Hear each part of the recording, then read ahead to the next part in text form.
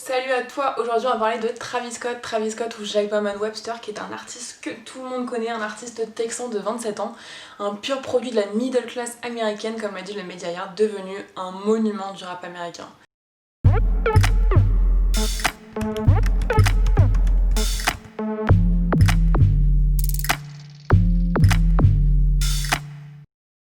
Alors Travis Scott, c'est des millions et des millions de vues sur YouTube, un reportage Look Mom I Can Fly qui montre son évolution de 2014 à aujourd'hui. C'est aussi un enfant avec Kylie Jenner, des clips de ouf réalisés par les plus grands dont Dave Meyers qui a fait aussi Billie Eilish, qui a fait Kendrick Lamar, Taylor Swift et bien d'autres. Mais désormais c'est aussi et surtout des concerts en ligne sur le jeu vidéo Fortnite. Alors il suffisait de se rendre au sein même du jeu vidéo sur la scène en question pour assister à ce show de malade de 10 minutes.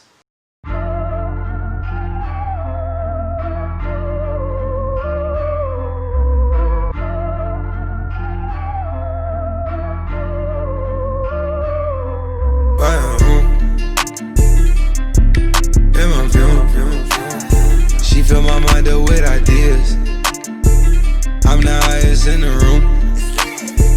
Hope I make it out of here. She saw my eyes, she. Yeah. Gone on you with the pick and roll. Younger flame, he in sicko mode.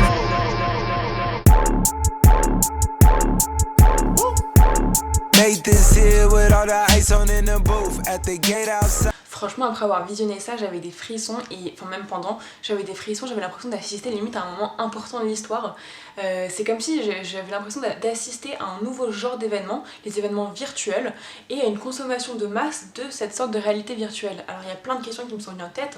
Quels sont les enjeux derrière ce coup marketing de malade? Comment ça s'est organisé? Et aussi, qu'est-ce que ça pourrait devenir dans le futur, ce genre d'événement virtuel?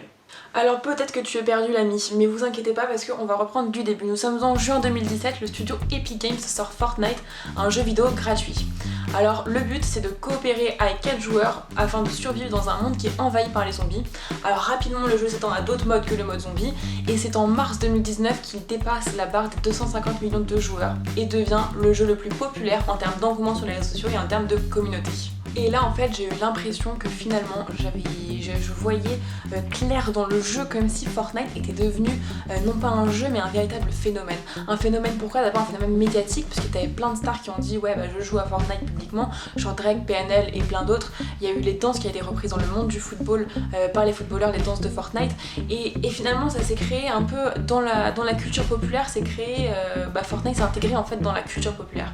Et c'est là que c'est devenu intéressant parce qu'en fait Fortnite, j'ai trouvé que ça devenait carrément un monde virtuel avec les concerts. Donc le concert de Marshmello, il y a eu le lancement inédit d'un clip de Star Wars, il y a eu aussi le lancement d'une émission Punk D, je crois que ça s'appelle Punk D, de caméra cachée américaine animée par Chance the Rapper je crois. Et donc bref, il y avait plein de trucs en fait qui se sont créés sur Fortnite, genre des marques et tout qui se sont intégrés sur Fortnite. Donc ça devient en fait un monde virtuel et bien plus qu'un jeu.